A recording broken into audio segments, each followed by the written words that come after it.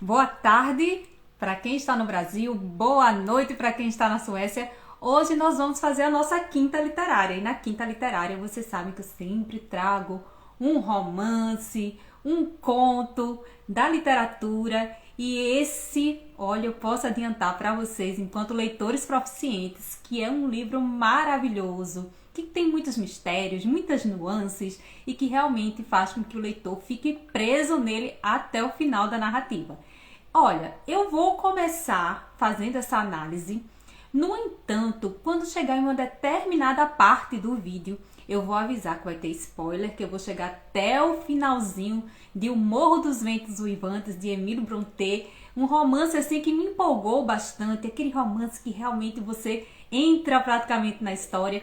E vou até confessar para vocês, hein? Chegou um momento em que eu estava tão envolvida com a história que quando eu tive que parar de fazer a leitura, porque eu estava fazendo a leitura no ônibus, quando desci, fiquei lá pensando nas várias possibilidades do que o personagem, que é o Heathcliff, que a gente vai falar bastante sobre ele hoje, poderia fazer ali dentro da trama. Então, história boa é história assim, né? Que nos envolve, que é como se você estivesse acompanhando realmente a novela, né? O próximo capítulo, aquele seriado na Netflix que você fica ali lendo, maratonando ali para saber o que vai acontecer com os personagens. É exatamente assim que você vai se sentir. Eu tenho certeza se você começar a fazer a leitura de O Morro dos Ventos Uivantes, de Emile Brontë. Primeiro vamos situar a história. Eu tenho tanta coisa anotada aqui, gente. Gente, olha, muita coisa anotada. Eu tô tão animada em falar e compartilhar com vocês essa história que eu até vou tentar ser o mais breve possível para o texto, o nosso vídeo não ficar muito cansativo. Mas se você tá aqui acompanhando agora no início do vídeo, você já pode compartilhar esse vídeo com outras pessoas para que mais pessoas tenham interesse pela leitura, pela literatura, que se tornem leitores proficientes. Eu também tenho um canal no YouTube que se chama Professora Andresa, que é o @professora Andresa. Você pode ir lá, pode me seguir lá, se inscrever no canal, compartilhar, curtir, porque assim o objetivo de fato é fazer com que vocês se interessem pelos textos, que vocês façam a leitura, mas não qualquer leitura. Porque tem muita gente que acha assim, mas é porque lê assim pelo prazer. Não é só isso. É o ler interpretar, é o ler compreender as conexões, é perceber que esses textos eles não são isolados, não estão ali assim só de enfeite, só para você num dia de marasmo passar tempo. Eu não falo desse tipo de leitura, que é válida, sim, claro, é muito válida, mas a leitura também tem outras questões que precisam ser estudadas. Imagine quantos universos, conhecimentos, todas as áreas do conhecimento são colocadas ali dentro daquele texto e estabelecem conexões que vão fazer com que você amplie o seu vocabulário, amplie o seu conhecimento de mundo, que você possa inclusive argumentar, estabelecer conexões que só um leitor ávido, um leitor realmente preparado, um leitor que se aprofunda naquilo que lê, consegue estabelecer. Então é nesse nível de leitura que eu quero que você chegue. Eu quero que você leia, não só mais por ler, ou leia aquela coisa, sabe?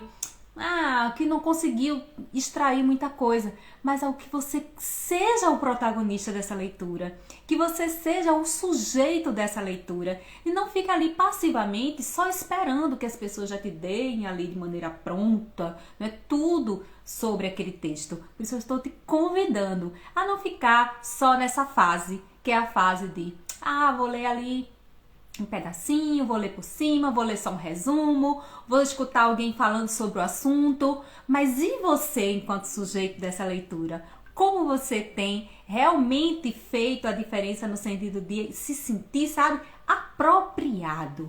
Eu tenho propriedade, eu conheço o texto, eu entendo, eu estabeleço conexões e como isso é rico no meu dia a dia, porque às vezes aquilo que você vê ali no texto, que você acha que nem vai precisar algum dia, chega um momento em que você pode estar muito bem preparado com base nesse estudo, nesse aprofundamento que você fez a partir, inclusive, de um romance de literatura. Eu sou suspeita porque sou apaixonada por literatura. Dá para perceber toda a minha animação e empolgação quando eu falo de literatura, porque é algo realmente que me atrai, que me deixa fascinada, sempre foi assim, eu quero que você, mesmo que diga, Andresa, mas eu não gosto tanto, não, nem gosto muito de ler, não acho tão interessante, mas que você comece aos poucos, vá devagar, mas permaneça ali firme e forte, que com certeza qualquer pessoa é capaz de chegar no nível de proficiência de leitura, tá bom? Vamos combinar assim? Então todo mundo agora compartilhando, curtindo e fazendo com que outras pessoas possam ter interesse pela leitura. A leitura realmente é algo que vai mudar, que vai transformar a sua vida e vai fazer com que você veja por outras perspectivas, vai abrir a sua mente e vá por mim, hein? Vá aí no meu conselho que eu tenho certeza que você vai assim, voar, né? Quando você entender o quanto essa leitura vai fazer a diferença na sua vida. Mas voltemos lá, voltemos com muita emoção para Emily Brontë. O que eu quero falar um pouco, né, sobre quem é Emily Brontë? Primeira coisa, quando o livro foi publicado em 1847, ela não fez essa publicação utilizando o nome próprio dela. Vamos nos situar no tempo, né? Vamos lá, 1847, a situação da mulher, né? A mulher não poderia, assim, ter tanta ousadia, vamos dizer assim, de publicar e assinar o seu próprio nome. Então, não só ela fez isso, mas as próprias irmãs, que também são muito conhecidas dentro da literatura, que são as irmãs Brontë, que assim ficaram conhecidas, elas também utilizaram esse artifício de escrever romances, até rompendo, se a gente for analisar bem, com toda essa estrutura muito conservadora, ou seja, existe uma ousadia da parte delas no sentido de se colocarem, se posicionarem dentro de um tempo em que não existia essa liberdade, o começar a escrever, a romper essas barreiras a partir da escrita. E aí, mesmo que elas morassem em uma região rural, né, Yorkshire, a gente vai ver que lá na Inglaterra, aquela situação bem mais assim, distante dos grandes centros, elas tiveram algo dentro do período da infância, do crescimento, do desenvolvimento delas, que é muito salutar, que é a questão da exposição à criatividade. Então, esse acesso ao conhecimento, a preocupação do próprio pai das Brontës, né, em fazê-las serem mulheres instruídas e ter acesso aos livros e ao conhecimento, fez com que elas tivessem essa ousadia de começarem a produzir seus próprios textos. Sim, todas muito talentosas, porém, podem acreditar, Emily Brontë, ela se destacou. E se destacou porque ela rompe com algumas características que eram comumente utilizadas na era vitoriana, no período em que ela escreveu esse livro. E aí eu vou falar para vocês o seguinte, como uma mulher morando num lugar totalmente remoto, com tantos impedimentos e bloqueios, inclusive de ordem social, foi capaz de revolucionar no seu tempo a maneira de escrever, de apresentar os personagens e até muitas vezes de trazer algo novo, diferenciado, único, que a marcou inclusive até os dias atuais, porque tantos leitores ávidos ainda procuram pelo livro O Morro dos Ventos Uivantes, única obra escrita por Emily Brontë. Existem pouquíssimos, vamos dizer assim, materiais, ou dados de um diário, ou notícias de jornal, que elucidam de uma maneira clara e direta quem foi essa mulher enigmática. Mas nós sabemos que apesar de existiam algumas cartas da Charlotte, que é uma das irmãs, que fez alguns comentários a respeito dela, dizendo que ela tinha um temperamento um tanto tempestuoso, que tinha uma personalidade forte. A gente vai perceber que isso ainda não é o suficiente, visto que não é a própria Emily falando alguma coisa. Uma coisa é o que os outros têm como parâmetro para fazer uma definição a seu respeito. Outra coisa é como você se auto-intitula ou como você se coloca diante do mundo, né? Então, a gente sempre quando existe uma terceira pessoa, um foco narrativo, vamos dizer assim, né? Que é de um outro olhar em relação a nós, a gente não pode ter 100% de certeza de que, de fato, essa apreciação ou descrição de uma determinada pessoa é totalmente incrível. Por isso existe ainda muita coisa em relação à própria Emily Brontë, em relação ao seu comportamento, à sua personalidade, mas de uma coisa sabemos, a maneira como ela construiu a narrativa do Morro dos Ventos Uivantes foi genial e muito diferenciado para a época em que ela viveu. E isso é fato. Então vamos começar aqui entendendo o seguinte, ela começou escrevendo e publica o Morro dos Ventos Uivantes em 1847, usando o pseudônimo de Ellis. E o que vai acontecer?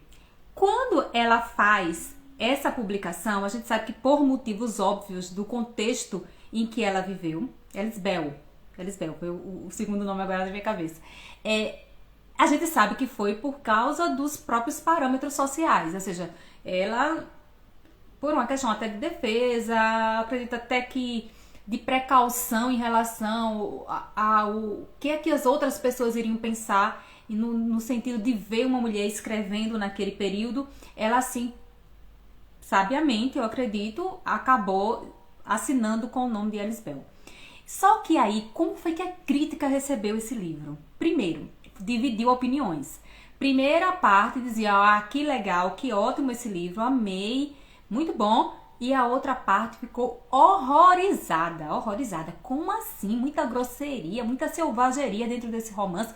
Quem é que escreve uma coisa assim nos tempos, né, em que parecia que tudo deveria ser um tanto perfeito? Então dividiu essas opiniões, né? É evidente que a gente está falando lá de uma época em que os parâmetros de comportamento são bem diferentes do que nós vivenciamos hoje. O que hoje a gente lê e já não choca tanto, há muitos anos atrás era totalmente diferente. Mas ela tem essa primeira situação, né, de se colocar, de escrever. E realmente o romance se torna um marco e se torna um sucesso até os dias atuais. Mas aí eu quero falar pra vocês, aí quando chegar a parte do spoiler, gente, eu vou falar, tá? Da metade pro final. Pra vocês não ficarem assim, mas a Andresa contou tudo, agora não tem mais graça. Eu quero só já adiantar o seguinte, quem vai ler O Morro dos Ventos Uivantes achando que vai ver uma narrativa de amor, em que uma pessoa tem lá os pombinhos enamorados passeando no campo, sinto informar que vai se decepcionar com isso, porque não é assim que funciona a narrativa. Nós vamos encontrar ali sim um ambiente rural, um ambiente sombrio, um ambiente, vamos dizer, até uma coisa assim um tanto bem gótica mesmo, porém essa relação de amor é um amor destrutivo, é um amor obsessivo, é um amor, inclusive, que se confunde com o ódio. E existem muitos traços relacionados à vingança que permeiam o romance do início até o final. Então, a gente vai começar aqui que em 1801, o Earnshaw, que era a família que morava nessa área rural, numa fazenda, onde tinha uma casa que era já conhecida como esse Morro dos Ventos Uivantes, ou esse lugar onde existiam muitas tempestades, era um lugar muito frio, onde existia um vento muito forte, já era conhecido e era vamos dizer assim, uma casa que já desde os anos 1500 já tinha uma família que morava e ali as pessoas iam nascendo, morrendo, né, e passando de geração em geração. Só que o que acontece é que esse Earnshaw, ele decide um dia, que é o pai, né, o chefe da família, fazer uma viagem para Liverpool e lá ele encontra um menininho. Ele é descrito na narrativa como um cigano, como uma pessoa que de vestes maltrapilhas, que vivia na rua. Esse Earnshaw, ele tenta encontrar alguém que fosse responsável pela criança nas ruas de Liverpool, mas não consegue encontrar. Então ele se apieda dessa criança, leva para a propriedade lá do Morro dos Ventos Uivantes, mas quando chega com essa criança, a recepção não é boa, porque tanto a esposa dele não concorda com o fato dele ter pego esse menino para criar, como também os filhos dele, aí vão entrar, né, a Cat, que é a Catherine, que é uma menina na época com 6 anos de idade, e tem também o outro personagem, que é o irmão dela. Toda vez que eu esqueço do irmão dela, é o Hindley, que ele é o irmão da Cat. Só que o que acontece, enquanto o pai estava vivo, né, ou seja, enquanto ele estava ali participando da vida ali da família, tudo ok. Ele foi tratado como um filho adotivo, o Heathcliff. Ele foi adotado e criado como filho adotivo, mesmo com as pessoas não se agradando muito ali da presença dele. Porém, chega um momento em que o pai, que é o Earnshaw, ele falece. E com esse falecimento, tudo muda de figura. A essa altura, o irmão adotivo, que já não gostava dele, que sempre arrumava um jeito de maltratar, de brigar com ele ou coisas nesse sentido, acaba fazendo o seguinte: vou tornar a vida dele agora um horror. Então ele sai da casa, né, da casa principal, passa a ir dormir agora com os criados e é tratado realmente como um criado. Não é mais permitida a participação dele em nenhuma atividade que não fosse a da criadagem, além do fato de que até a escola ele foi proibido de frequentar. Então imaginem que a própria Dean, que é uma personagem, que é a governanta da casa, nessa época ela também tinha uma idade bem próxima da idade de Heathcliff, foi criada assim meio que junto com a Cat e com o irmão nesse período. Ela começa a narrar que até ela não gostava muito do Heathcliff, mas depois começa até a se apiedar, porque vê que realmente ele apanha, ele é humilhado, ele passa por situações extremamente terríveis, e aí ela começa até a ter aquela crise de consciência de que, de fato, apesar de ele ser uma pessoa, né, já inicialmente rejeitada, ele não deveria, vamos dizer assim, passar por algumas situações que ele estava passando ali. Mas aí, gente, o que é que nós vamos perceber? Primeira situação.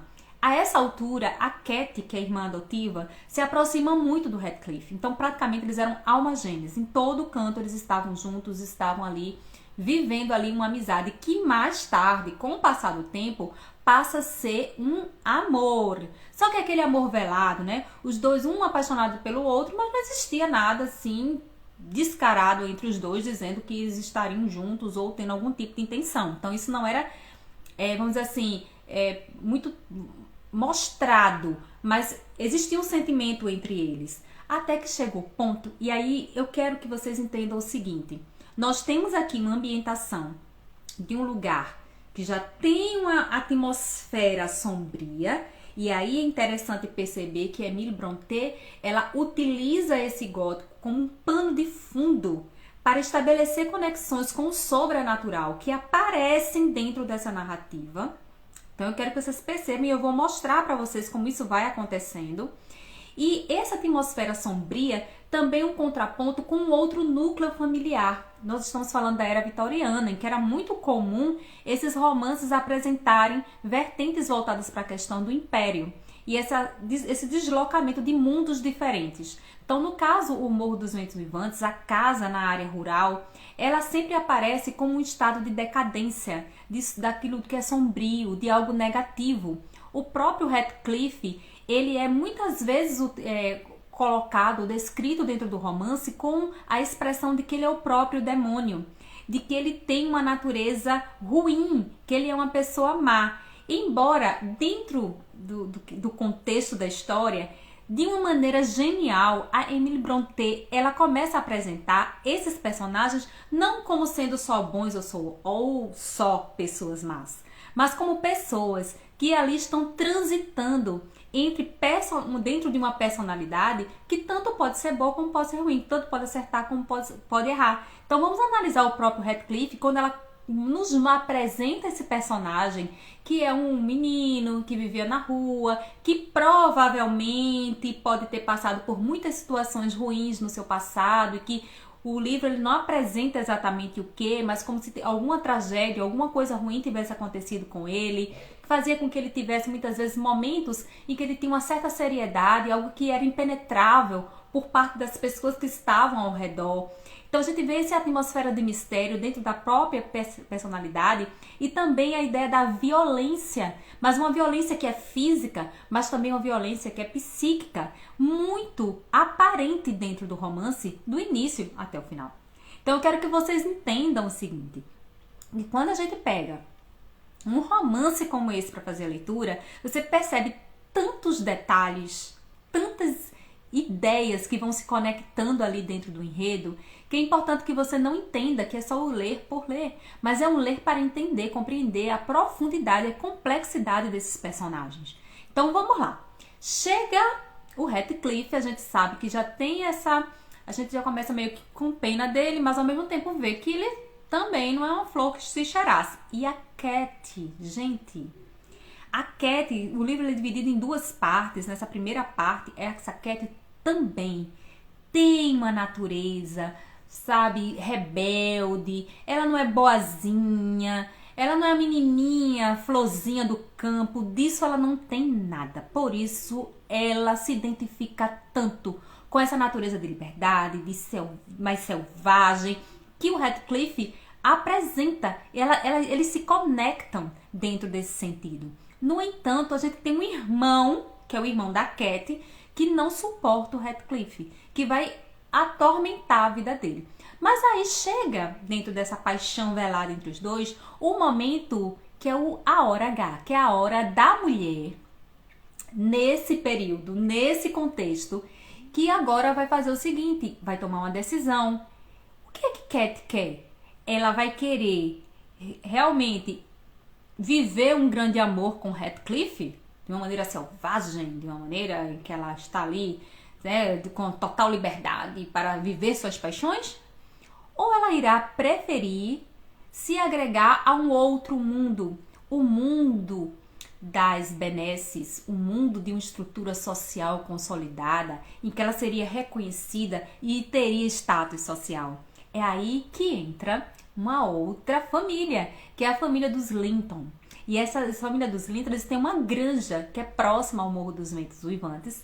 E Cat, ela vai se interessar pelo tal do Edgar Linton, um rapaz que representa tudo o que há de bom na casta sociedade. Um homem rico, refinado, educado, o contraponto à oposição de Heathcliff, que é esse rapaz rejeitado, tratado como criado, que vive sendo humilhado, que não tem status social, nem tem dinheiro, não tem nada. É um agregado que foi tratado como filho até o Earnshaw, até o momento que ele estava vivo, porque depois que ele morreu, tudo mudou na vida do Heathcliff. Então, quando chega esse momento crucial, como é interessante a gente ver como é apresentada a visão, qual é a visão do casamento nesse período na Inglaterra. Então a gente vai ver aqui a mulher agora pensando o que será melhor para mim em termos de status social. Ficar com Heathcliff rebelde e selvagem ou ficar com Linton, o boa pinta, rico, poderoso, um homem educado e dentro dos moldes convencionais. É aí que chega a grande questão. A Cat acaba decidindo pelo Edgar Linton. E aí esses dois mundos dentro da narrativa, eles estão ali num contraponto que é muito interessante. Nós temos de um lado o sombrio, o Morro dos Ventos Uivantes, a presença do Heathcliff, né, a casa, e ali do outro lado nós temos um outro mundo, o mundo das convenções, o mundo politicamente correto, de acordo com aquilo que seria o ideal para a mulher. E aí ela decide casar, realmente ela decide casar com o Edgar Linton, só que numa conversa que ela tem com a Diane, que é a governanta, o Heathcliff escuta, gente. Ele escuta quando ela diz que para ela seria degradante casar com Heathcliff. Só que ele sai antes de escutar a última parte, vamos dizer assim, da frase que ela diz, em que ela fala que Heathcliff era como se fosse ela mesma. É uma conexão entre os dois, por isso que eu digo que é um amor destrutivo e doentio, porque não foi um amor que levou a uma coisa boa, a aquele ideal romântico, não. A Emily Brontë, ela apresenta esses personagens numa característica assim, mostrando a questão realista, nua, crua, onde existe o bom, mas existe também o ruim, existe o perverso. E é isso que chamou tanta atenção e que chocou tanta crítica na época, porque as coisas não eram apresentadas dessa forma. E aí vem é essa moça do interior e traz toda essa explosão de ideias, de conceitos, de quebra de conceitos dentro dessa narrativa. Só que ele, revoltado, vai embora, ele desaparece, gente. Ele escuta a conversa lá da Diane com a Cat falando que preferia ficar com o Edgar Linton. Ele foge, vai embora e ela vai e casa com o Edgar Linton. Vamos lá, só pra gente ter uma ideia do que foi que a Cat falou, né, pra Diane e foi escutado ali pelo Heathcliff. Foi o seguinte, ela disse: eu sou o Heathcliff. Isso é um memorável no livro, vocês vão encontrar várias passagens aí quando ela diz isso. Eu ele sempre estará em meus pensamentos, não como um prazer, da mesma forma que eu sou um prazer para mim mesma, mas como meu próprio ser. Vocês perceberam a profundidade disso? Do quanto que a Cat, ela se sentia uma só. Era algo tão poderoso, tão forte, que ela sabia que acho que não podia dar conta disso, não. E aí, vamos analisar a parte psicológica do texto, quando ela diz que como Heathcliff era ela mesma, como ela estava conectada com o Morro dos Ventos Uivantes. Quando ela faz essa ruptura, quando ela vai e decide se aventurar nesse mundo do status, do poder e casa com Edgar Linton, na verdade é como se ela estivesse ali causando uma ruptura, uma separação dela mesma. Uma coisa é quando a gente se separa do outro, mas a gente se desconectar de nós mesmos é algo muito brutal, é uma violência, né? É você ser de uma forma, entender as coisas de uma maneira, mas racionalmente você tomar decisões que acabam indo de encontro à sua própria essência. Foi exatamente isso que aconteceu com a Cat. Então ela vai lá, vai viver a vida linda e perfeita com Edgar Linton até o momento em que o Heathcliff decide retornar. Ah, sim, gente, pensou que ele ia embora, ia deixar esse negócio pra lá? De jeito nenhum.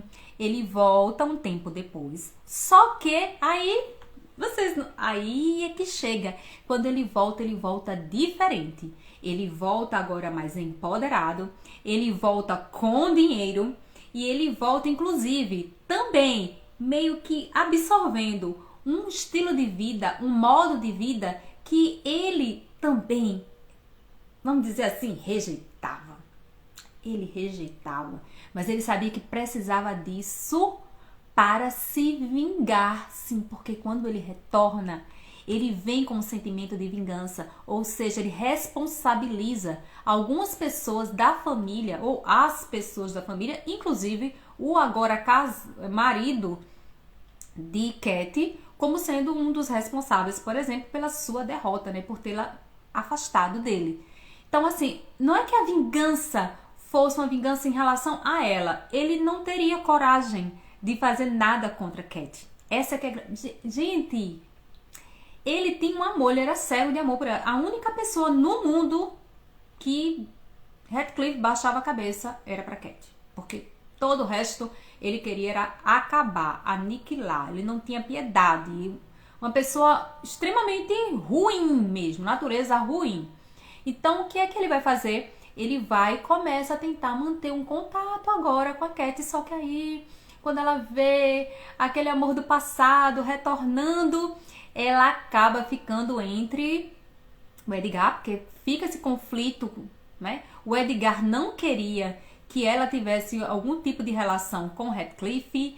Heathcliff, por vingança, começa a se enamorar da Isabella Linton, que é irmã de Edgar Linton, e ele faz isso de propósito, e ela acaba se sentindo seduzida por ele, a Isabela, mesmo Cat avisando que não era boa coisa, que ele não era não tinha uma natureza que seria ideal para uma mulher como Isabela, mas ela diz: não, você está com inveja, porque ele me ama, porque ele gosta de mim, e ela acaba fugindo com o Heathcliff. Então ali, nossa, foi uma maior confusão. Houve proibição do Heathcliff, né, se aproximar da Cat, e aí nesse contratempo todo, a Cat começa a ter problemas de ordem mental. A gente percebe que ela fica totalmente fora de si. Inclusive os médicos não sabiam o que ela tinha, ela gritava, ela esbravejava. A Dion, que era a governanta que ficava ali sempre acompanhando tudo, muitas vezes dizia, ela é uma grandiosíssima mimada, né? Ruim, temperamental.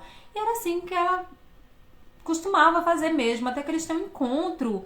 Mas ela já está numa situação tão degradante que a gente percebe que ela faz uma opção,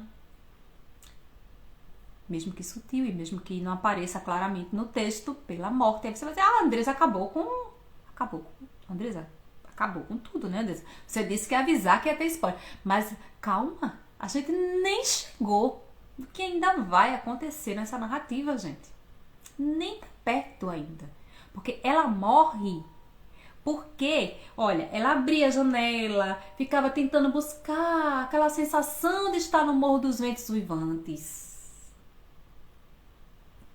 E aí a governanta, Dian, desesperada, ela ia, tirava ela de lá, fechava a janela. Então, se a gente for analisar essas características da Cat, na verdade era como se ela estivesse se matando. Ela escolhe a morte.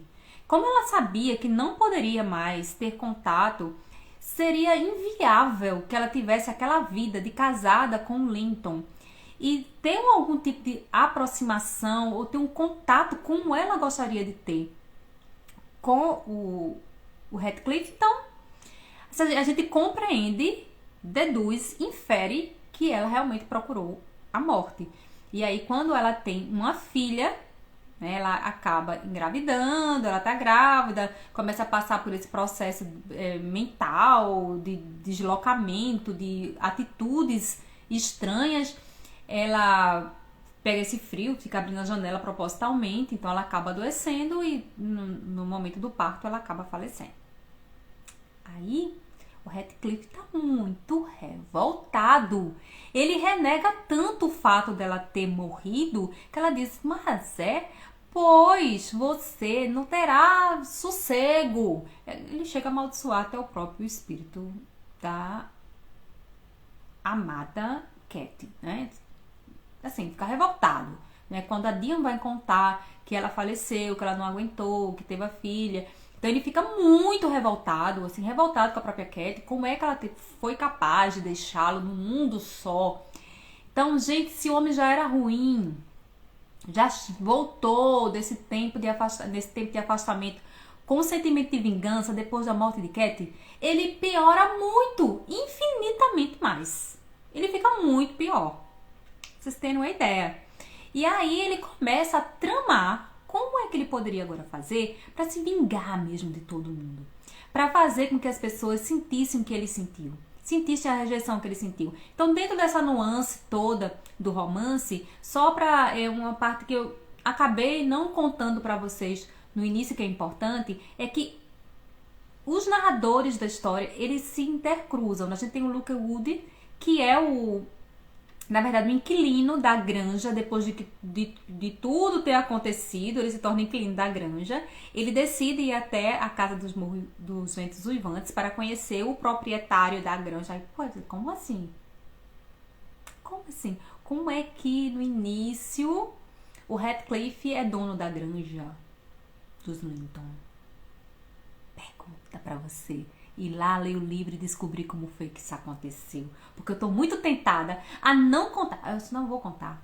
Não vou contar o final desse livro. Eu quero que você leia. Eu quero que você leia e depois deixe um comentário pra mim, dizendo o que foi que você achou dessa trama cheia de vai pra cima, vai pra baixo, tão interessante. Gente, ele vai lá tentar conhecer e descobre que esse homem é bem tenebroso. Bem tenebroso mesmo. E aí, quando ele acaba voltando para a granja, é quando ele conhece a Dian, que é uma governanta, que já trabalhou no Morro dos Ventos Uivantes. E aí, ela é quem conta, a maior parte do livro, realmente, ela é quem conta. É o olhar da Dian, dessa governanta, sobre todos os fatos ocorridos, tanto no Morro dos Ventos Uivantes, como também na granja, porque ela também vai se tornar governanta da granja depois que Cat casa com o Edgar Linton. Ela sai do Morro dos Ventos Uivantes e vai morar. Mas aí eu quero separar aqui uma questão bem interessante, que é sobre o irmão, que é o irmão, o Hindley. Ele sempre teve aquela coisa assim de perseguição, ele se torna um homem alcoólatra, depois que a esposa dele morre, ele também fica com um filho. A Diane cuidava dessa criança até a Cat casar, que é o Harrington. Ele vai ficar na casa, inclusive o Heathcliff, depois ele acaba tomando o Morro dos Ventos Uivantes para ele, devido às dívidas, né, as dívidas que o Hindley tinha. Então ele acaba se vingando realmente do Hindley, o Hindley acaba morrendo, e aí ele fica realmente empenhado em destruir de fato tudo que havia em relação àquela família. Então ele quer se vingar das pessoas e quer se tornar dono de tudo. Então esse é o objetivo dele. Nesse meio tempo, enquanto o Harrington está crescendo lá e vivendo, tem uma situação que a Isabela, vocês lembram que eu falei para vocês da Isabela, ela tinha casado com Heathcliff a contragosto do irmão, foge de casa, só que ela, nossa, sofreu tudo que tinha que sofrer. Gente, o Heathcliff não era coisa boa, não. Ele fez essa mulher sofrer muito, muito. Então chega um momento quando ela acaba engravidando. E ficando grávida, ela acaba fazendo o seguinte, ela vai embora. Ela decide ir embora, ela foge. E aí ela vai realmente se afastar, só que ele descobre que ela estava grávida dele. Anos depois, ela acaba falecendo e, acreditem, nesse período em que a filha de Cat, que também recebe o mesmo nome, já está basicamente ali com seus 12, 13 anos, uns 13 anos, o Edgar Linton, ele precisa, agora viúvo, né? Ele precisou ir buscar o sobrinho. Ele tinha até a intenção de criar um menino, mas aí o Heathcliff, ele acabou querendo de todo jeito cuidar do filho que nunca tinha conhecido, porque Isabela nunca deixou com que Heathcliff se aproximasse do Linton Heathcliff. E acreditem, ele só pega esse menino porque ele quer realmente dar continuidade ao plano de vingança dele. Não porque ele gostasse, muito pelo contrário, ele desprezava o menino, já era um menino bastante doente. E ele usa o menino o tempo todo para atingir o objetivo dele de vingança. Tá bom? Agora, para você que quer saber, que quer ler, que quer entender o que aconteceu depois de tudo isso, olha, gente, já contei muita coisa dessa história. Você vai fazer o seguinte, você não assiste mais o vídeo. Agora, tá bom? Não assista. Tô te avisando. Por quê? Porque a partir de agora eu vou começar a analisar o que aconteceu a partir dessa fase e qual é a conclusão que eu tiro do romance como um todo. E aí eu vou chegar no final do romance.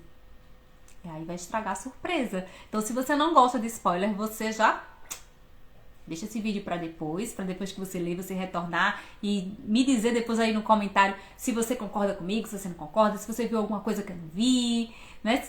Enfim, você deixa também a sua opinião sobre esse livro maravilhoso, mas aí já tá combinando. Quem não gosta de spoiler, quem não quer saber o final da narrativa, já sai agora, combinado?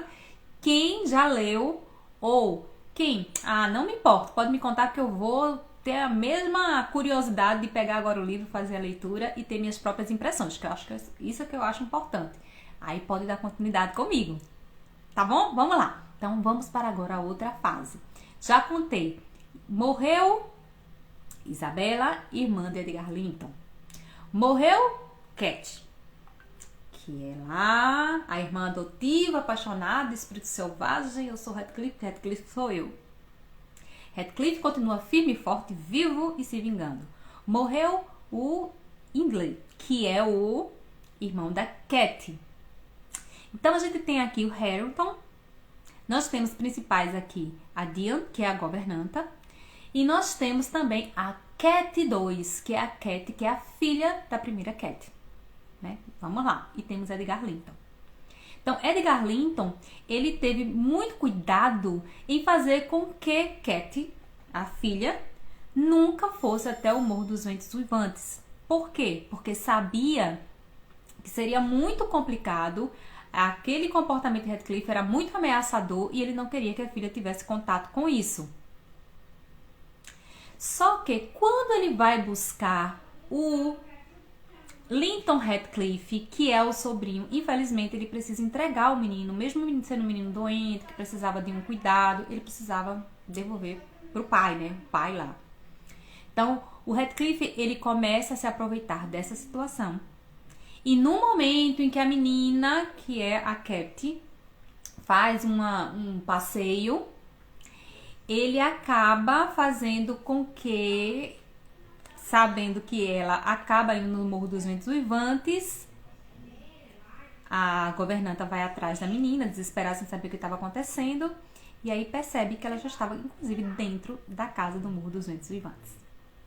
O Heathcliff ainda não estava dentro da casa, mas aí ela descobre que aquele primo que ela tinha visto quando tinha 12 anos, agora a gente tá falando já tem 3 anos depois, ela já tá com 16 anos, era o primo que o pai tinha dito que não tinha contado a verdade. Então ela descobre que existe uma briga ali entre a família, que é por isso que o próprio Heathcliff, né, arruma um jeitinho, o jeitinho maléfico dele, né, de dizer que a aceitaria, que ela poderia visitar o Morro dos Ventos Uivantes, a casa, quando ela quisesse, mas o pai dela não gostaria, por isso não existia um contato entre eles. Mas aí a menina fica assim super empolgada, né? Ah, meu primo, e daquele já vem ali um negocinho assim de amor e começam a trocar cartas, porque aí o pai não quer que ela visite, ela acaba indo escondido e começa tudo isso incentivado pelo Heathcliff. Aí você diz, mas por que ele estava incentivando? Porque na verdade o desejo do Heathcliff, o plano dele era que a Cat, filha de Edgar Linton, casasse com o filho dele, que é o Linton Heathcliff, para que ele ficasse dono de tudo. Então ele já tinha o Morro dos Ventos Uivantes e agora o desejo dele, o intento dele era ser dono da granja também. Gente, olha, pense no... Ele dizia o tempo todo na narrativa o quanto ele desprezava o Linton Heathcliff. Ele suportava aquele menino porque aquele menino era útil, era importante para que ele conseguisse dar continuidade ao plano de vingança. Só que como a menina, mesmo com todas as investidas e tentativas de Dian, que é a governanta, de alertá-la sobre a natureza ruim, inescrupulosa do Heathcliff, ela sempre arrumava um jeitinho de, mas o coitadinho do Linton. E aí vem aquela coisa, lembra que eu falei essa questão da composição dos personagens de uma forma realista? Vai ver maldade, inclusive, na Cat 2, ela era muito preconceituosa. O Harrington, ele não tinha educação assim formal, ele fez isso de propósito. Lembram que o Hitler, ele não permitiu mais que o Heathcliff fosse para a escola. Então o que ele fez? Ele agora, como dono absoluto das propriedades do Morro dos Ventos Uivantes, ele não permitia que o menino Harrington tivesse qualquer tipo de educação, inclusive que ele falasse. Ele parecia praticamente um robô nas mãos do Heathcliff. Então a vingança dele também foi essa. Então a menina, quando se encontrava com outro primo, até ignorava que ele pudesse ser primo dela, porque ela vem desse mundo, que é o mundo da granja, que é o mundo das convenções, que é o mundo das pessoas politicamente corretas, de pessoas de educação e de dinheiro e de princípios. Então ela se identificava muito mais com o Linton Heathcliff, que tinha sido criado pela tia. Então, eles ficavam rindo, debochando de Harrington, porque ele não sabia ler, porque ele não sabia se comportar, ele era uma pessoa rude. Então, essa caracterização do Harrington fazia com que ele passasse por esse processo de humilhação e de preconceito. O interessante é que em toda a narrativa a gente vai perceber o quanto o Harrington era uma pessoa boa, apesar de ser rude e ser manipulado, inclusive pelo Heathcliff, ele era uma pessoa de uma natureza boa. E aí, gente, tem uma parte positiva, mesmo um pouco torta e sendo recriminada pela própria visão da narradora, que é a Dian, que é a governanta, de que esse Linton, que também tem um perfil egoísta, que também em algumas situações a gente vai ver um pouquinho na frente, porque ele quer se dar bem e aí ele pensa primeiro nele para depois pensar no outro. Isso também é uma característica bem realista, né, do personagem. mas ela se compadece do Linton, né, do Linton Ratcliffe. Ela se compadece dele. E isso faz com que ela, inclusive, tenha uma parte assim que foi a mais chocante, uma das mais chocantes para mim no romance, que é o momento em que ele a atrai para o encontro, ela vai acompanhada da governanta, que é a Diane, e lá ele a seduz para que ela vá até a casa do Morro dos Ventos Uivantes, tudo combinado com o pai dele. Lá ela é trancada, lá ela apanha, lá ela é forçada a casar com o Linton Ratcliffe. E o Linton Ratcliffe, inclusive, ele deixa claro que, na verdade, o pai sim tem razão, porque ele vai agora ser dono de tudo. Então, ele consegue contaminar, inclusive, persuadir o Linton Ratcliffe, que morria de medo dele, porque era maltratado por ele. Então, ele preferia que outra pessoa fosse maltratada, né, e não ele. Essa que é a grande verdade. Mas, assim, ele também permite que ela passe por muitas situações de violência. E a essa altura, a única vez que a Cat teve condições de sair da casa foi para ver Edgar Linton, o pai, que a essa altura já estava doente, procurando pela filha, e ele acaba morrendo. Ele realmente já estava doente antes de ela desaparecer por 4 dias nessa granja e acontecer toda essa história do casamento. Então, quando ele morre, né, a parte dela, ela agora casada com o Linton Ratcliffe, agora o soberano é o Ratcliffe, né? Porque, na verdade, o filho era só um bonequinho ali, né? Que ele estaria ali manipulando o tempo todo. Só que aí ela volta pra granja, ela vai cuidar desse marido, primo, que é muito doente, e nessa história toda ela pede muitas vezes ajuda às pessoas da casa para tentar ajudar o Linton Ratcliffe, só que ele acaba morrendo, porque de fato durou muito tempo, porque desde muito pequeno ele já vivia sofrendo e sem ter os cuidados necessários, porque o Ratcliffe não estava nem aí para ele, então ele deixou realmente o filho morrer. Não se preocupou em nenhum momento em dar uma assistência, em mandar um médico ou fazer alguma coisa. Então ela ficou bem interessante, eu quero que vocês percebam, nossa, como isso é genial no romance. Ela ficou embrutecida o seu espírito, ela ficou com muito ódio, ela ficou com muita raiva, ela ficou odiando todo mundo. Então ela ficou assim, totalmente isolada e de cara fechada. O Lookwood, né, Lookwood, que é esse inquilino, nos primeiros encontros que tem com essa Cat, a vê como uma pessoa realmente sem luz, ou seja, ela é sombria. Ela realmente entrou naquela atmosfera da casa do Morro dos Ventos Uivantes. Só que aí tem uma reviravolta na história, né? Porque depois de um tempo que esse Lookwood, ele vai fazer uma visita à casa, quando chega nessa casa que é da granja, não tem ninguém, e ele descobre que a governanta, que é a Diane, ela está morando agora na casa do Morro dos Ventos Uivantes. E chegando lá, ele fica estupefato com a situação, porque ele queria tratar de um negócio com o dono da propriedade, que era o Ratcliffe, e ele acaba descobrindo que o Ratcliffe havia falecido. E aí, como foi que o Ratcliffe faleceu? Gente, ele começou a ter umas neuras. Ele viola a sepultura da Cat 1. E o interessante é que ele faz um acordo com o coveiro. Ele diz, no dia que eu morrer, eu quero ficar ao lado dela. Existe uma ideia na cabeça dele de que se ele não tinha tido condições de viver o amor pleno com ela em vida, isso iria acontecer após a morte. Então esse elemento do sobrenatural presente no romance aparece justamente nessa parte. De que ele, se não completa em vida, completa na morte. E existem também algumas passagens na narrativa em que o Lookwood, quando em alguma situação, logo no início do romance, ele decide passar uma noite na casa do Morro dos Ventos Uivantes, ele consegue ver uma mulher, é como se fosse o espírito da Cat. Então, tudo ali dentro da casa, dentro daquela atmosfera sombria, sugere essa ideia do sobrenatural, são pinceladas que são dando durante o romance. Mas existia uma crença do próprio Ratcliffe de que, de fato, após a morte, eles poderiam ter, né, um encontro que eles não tiveram em vida. E daí, ele, tal qual Cat faz, ele também escolhe pela morte. Então, ele passa dias sem comer. E por que ele toma essa decisão?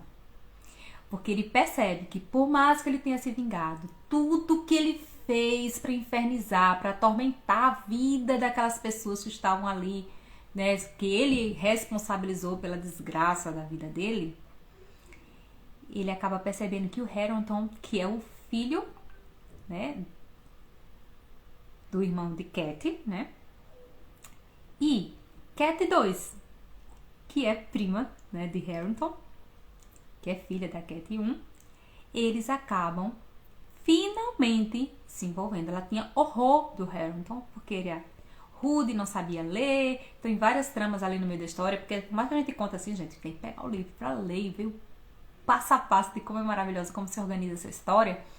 Mas aí eles acabam se apaixonando. O Harrington já dava indícios de que era apaixonado por ela, mas coitadinho, eu sofria demais com ela, ela realmente pegava bem pesado com ele. Mas aí, quando ele vê que nada daquilo adiantou, de que ele lutou bravamente para separar esse casal, e no final ele vê que o amor e os bons se deram bem, porque eles se apaixonaram. Ele fez de tudo para que Harrington fosse uma pessoa ruim, por tudo que tinha passado, que ficasse até tendo uma característica de personalidade parecida com a dele. Ele fez de tudo para que a Cat 2 também fosse ruim. Ela passou por situações de violência, ela passou por muitas situações assim, que ela poderia ter embrutecido, que ela poderia ter se tornado uma pessoa amarga, ruim, infeliz, mas não deu certo. Porque ele viu naqueles dois que existia um amor puro, que existia um amor verdadeiro, e que nada que ele fizesse mais iria dar sentido. Então ele entende que não. Eu fiz disso, fiz aquilo, tentei me vingar dessa família, mas no final o amor vence, né? E eu fiquei aqui de fora com toda a minha frustração, a minha dor, né? O meu aniquilamento enquanto ser, tantas maldades eu fiz e nada acabou contribuindo para que no final saísse a contento o meu plano de vingança, né? Realmente, do mal acontecendo. Então, é daí que o Heathcliff acaba decidindo, faz a opção de passar esses dias sem comer. Ele começa a ter visões de que a Cat estava ali o chamando, né? E aí, num dia, a governanta, que é a Diana, ela tá passando na frente da casa, percebe que a janela do quarto dele está aberta e está chovendo muito forte. E quando ela entra no quarto, ela percebe que ele está morto. Então, daí, como ele havia pedido, não houve cortejo, não houve muito alarde em relação à morte dele. Ele foi enterrado como ele pediu, ao lado do corpo de Catherine. E depois, no romance, tem uma criança, pessoas que ficaram dizendo que sempre via uma mulher, sempre via um casal aparecendo. E eles tinham medo, eles diziam que eram os espíritos da Cat e do Heathcliff que habitavam ali o Morro dos Ventos Uivantes. Então, o livro é interessantíssimo. Se você chegou até o final, você já sabe que eles morrem, você sabe que já tem essa ideia do sobrenatural, do gótico, que parece um pano de fundo muito interessante, que existe esse simbólico também da casa, que seria o próprio Heathcliff e a Cat ali, né? Essa atmosfera pesada da casa. A gente sabe que essa ambientação também passa por muitas convenções que são inclusive colocadas à tona e são criticadas também. Traz essa inovação dos personagens com características boas e mais, ou seja, dentro de uma caracterização mais realista. Então, o romance vale muito, muito a pena fazer a leitura. Então, recomendo bastante. Então, realmente um romance para ler, para entender, para perceber a importância da Emily Brontë até os dias atuais, né? Ela se tornou imortal pela palavra, né? Por aquilo que ela trouxe de inovador, pelas estruturas que ela quebra dentro de um romance como esse. E assim, é uma história com muitas nuances, é um romance um pouco longo, então tem muitas situações que não teria como eu contar para vocês aqui tudo nos mínimos detalhes. Por isso que eu quero que você leia, que você tenha esse contato, que você tenha essa experiência maravilhosa com O Morro dos Ventos Uivantes, de Emily Brontë. Espero que vocês tenham gostado. Não esqueçam de curtir o vídeo, não esqueçam de compartilhar. Ajudem-me a aumentar nossa comunidade de leitores proficientes. Beijo. Estou fazendo já a leitura de Os Miseráveis de Victor Hugo. Logo irei fazer também uma resenha para vocês, mas se tiverem algum texto interessante que vocês queiram dar uma sugestão, não deixem de fazer isso, tá bom? Então, tchau, gente! Boa quinta-feira para vocês. Aguardem, se não me segue aqui no Instagram, siga para saber mais histórias, mais textos maravilhosos como esse. E a gente sempre tem atividades, acompanhe nos stories, acompanhe essa saga aqui da leitura proficiente que vos fala, querendo que mais leitores proficientes possam se apropriar da leitura e terem suas vidas transformadas. Espero que vocês tenham gostado desse romance maravilhoso, porque eu gostei demais. Tchau, até a próxima!